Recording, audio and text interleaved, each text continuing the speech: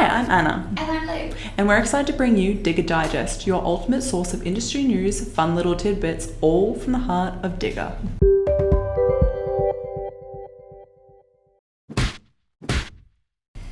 And to jump right into it, as many of you know, Doosan have changed their name to Develop.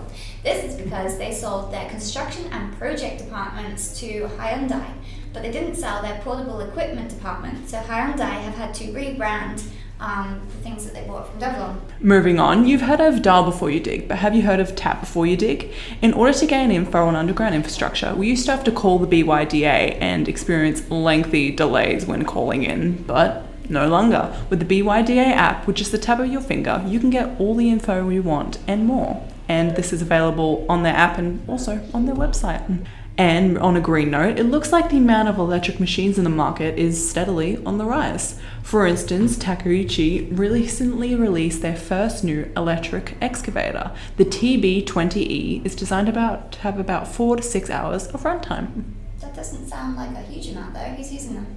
Well, actually, governments are snapping them up, and companies who are concerned about emissions and noise regulations, well, they're snapping them up as well. Oh, well, neat. That makes more sense. Yeah.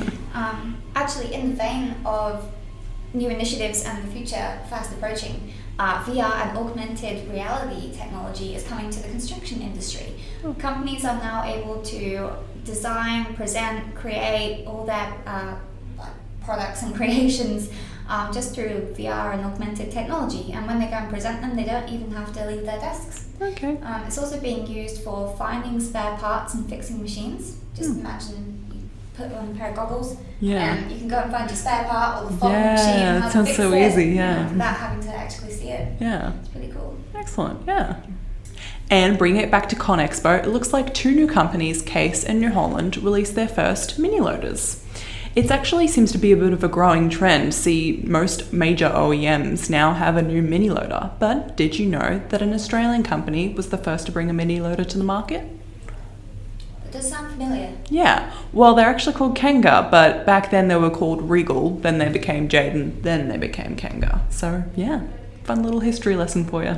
There's also a product that we wanted to shine a bit of a light on that's been quite popular overseas, but it's now gaining a bit of a following in Australia, which is the telescopic drilling and piling extension, which is basically an extendable arm for your skid steer so that you can fit more underneath your auger drive your anchor drive. Okay, yeah. Your anchor drive. If you were screw piling, you could attach up to a 4-meter screw pile underneath the anchor drive, or if you're just drilling, you can drill up to 4 meters deeper. Okay. Yeah, than just with a skid steer. Yeah. So it saves you having to get an excavator in. You can do it all. Sounds super handy. Yeah.